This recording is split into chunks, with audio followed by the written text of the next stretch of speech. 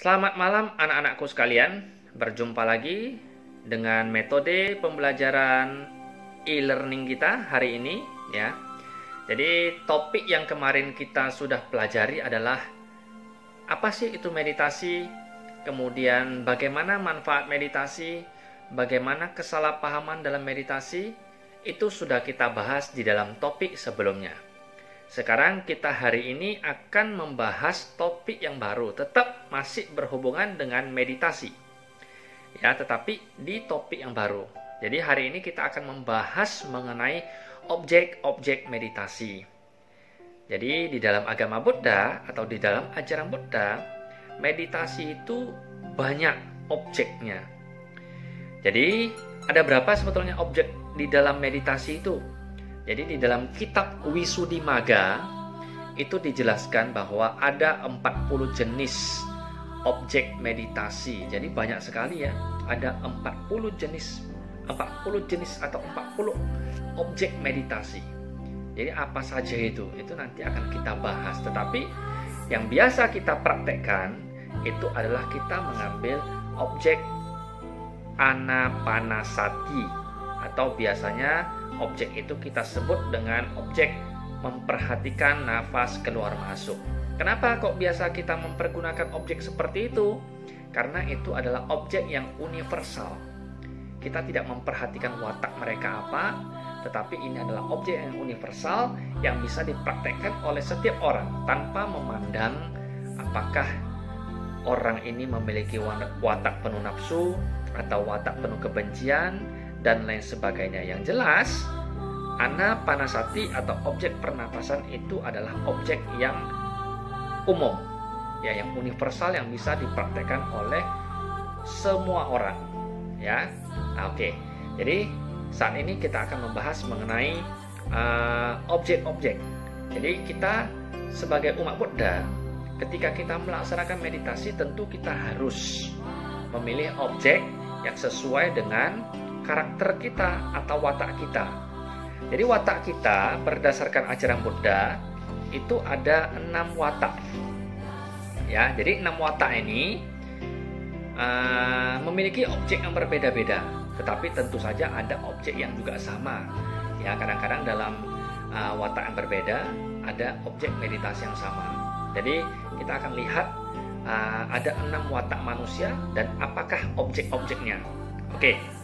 Ya, jadi yang pertama sekali ya kita akan lihat secara umum ya watak manusia. Yang pertama itu ada namanya watak manusia yang penuh dengan nafsu, atau dalam bahasa Palinya disebut raga carita. Jadi watak manusia yang penuh dengan nafsu ini maksudnya bagaimana? Ya, jadi orang yang penuh dengan nafsu adalah orang yang dia itu terikat ya terhadap sesuatu yang menyenangkan diri dia. Misalnya musik, kemudian wewangian, makanan lezat dan sebagainya. Yang jelas manusia yang penuh watak nafsu ya dia akan senang dengan hal-hal yang menyenangkan dirinya. Jadi untuk orang-orang yang jenis seperti ini, maka dia cocoknya mengambil objek meditasi jenis mayat.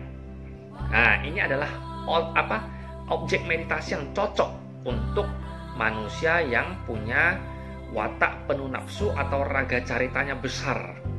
Ya, dia cocok untuk mengambil objek jenis mayat.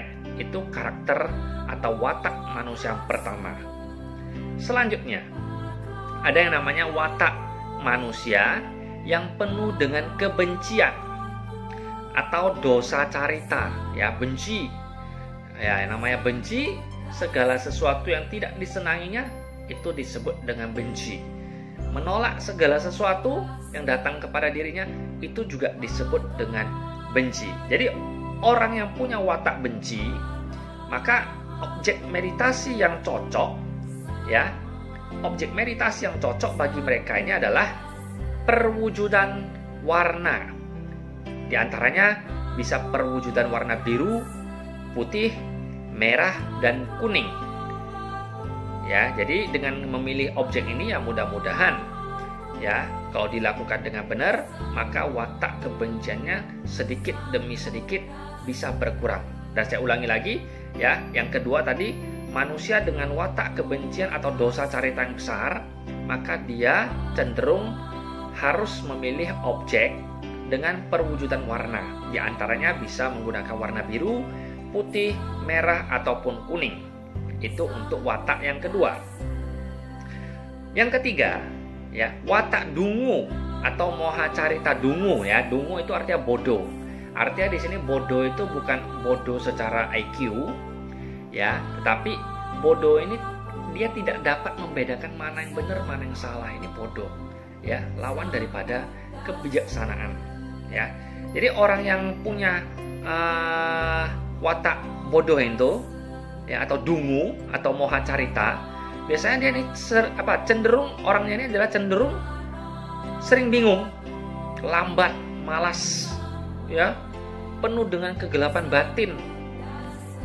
Jadi objek-objek yang cocok bagi orang seperti ini yang cenderung bingung, lamban dan malas, kemudian diliputi kegelapan batin, yang kita golongkan ke dalam watak dungu atau moha carita, maka orang-orang seperti ini cocok mengambil objek anapanasati atau objek pernapasan. Jadi di sini dia memikirkan napas keluar masuk, keluar masuk. Ketika napas masuk, dia tahu napas sedang masuk. Ketika napas keluar, dia tahu napas sedang keluar. Itu untuk manusia dengan watak dungu atau moha carita.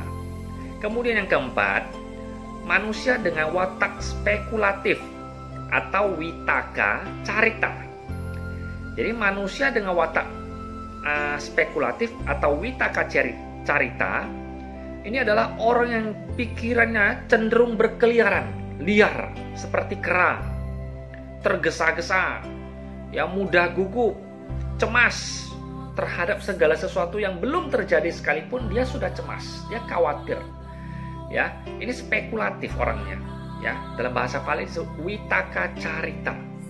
Maka orang seperti ini ya sama juga ya, dia dapat mengambil objek anapanasati, yaitu nafas keluar masuk, seterusnya demikian. Oke, itu watak yang keempat. Selanjutnya watak yang kelima atau watak mudah percaya atau sadacarita. Ya, watak mudah percaya atau sadacarita. Jadi orang seperti ini cenderung polos, biasanya orangnya cenderung polos ya. Kemudian mudah percaya, kemudian orangnya biasanya rendah diri. Ya, jadi kamu harus bisa membedakan antara rendah diri dengan rendah hati. Kalau orang yang rendah diri itu biasanya dia kurang percaya diri. Ya, kurang percaya diri. Ya, sehingga apa yang diucapkan orang dia terima-terima saja. Ya. Berbeda dengan orang rendah hati. Kalau rendah hati dia punya kemampuan, tetapi dia tidak pamer, tidak sombong. Jadi harus bisa dibedakan ya. Jadi orang-orang yang watak mudah percaya atau sadacarita, dia punya kecenderungan mudah percaya, polos, kemudian biasanya rendah diri. Jadi objek yang cocok bagi orang-orang yang punya watak mudah percaya atau sadacarita tadi, maka dia dapat mengambil objek meditasi, yaitu perenungan terhadap Buddha, Dharma, dan Sangha ya, atau perenungan terhadap sila atau moralitas, atau perenungan terhadap kemurahan hati ya, terhadap kebajikan-kebajikan para Buddha, kebajikan para dewa dan lain sebagainya, itu bisa ya. Terus bagaimana yang dimaksud dengan perenungan terhadap Buddha? Ya, di dalam parita kita itu kan ada perenungan terhadap Buddha, Buddha Nusati. Maka ketika orang yang seperti ini berwatak mudah percaya atau sadacarita, maka ketika dia melakukan meditasi, dia merenungkan sifat-sifat luhur Buddha, sifat-sifat luhur Dharma, sifat-sifat luhur Sangha. Ya, caranya bagaimana? Di dalam hati, ya, dia melantunkan Buddha Nusati.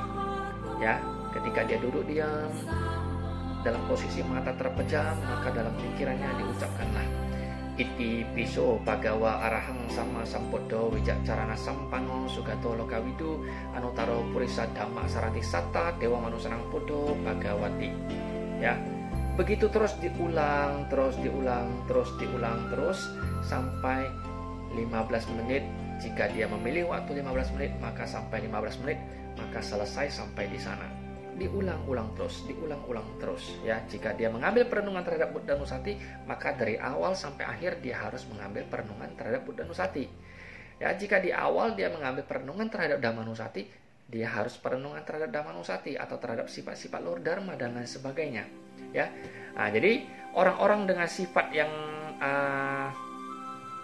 mudah percaya tadi atau sadar carita tadi ya, dia cocok mengambil objek meditasi dengan perenungan terhadap Buddha, Dharma, Sangha, atau perenungan terhadap sila atau moralitas ya, sila itu Pancasila ya, atau perenungan terhadap kemurahan hati ya, atau perenungan terhadap kebajikan para dewa.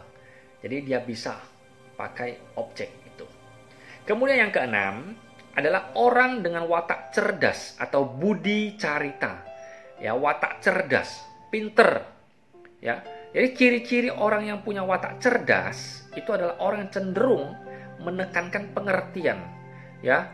Dia selalu ingin tahu ya, dia selalu mencari tahu, ingin meneliti ya. Kalau segala sesuatu yang tidak sesuai dengan pikirannya, maka dia akan mencari kebenarannya ya. Inilah orang-orang yang dengan watak cerdas atau budi carita.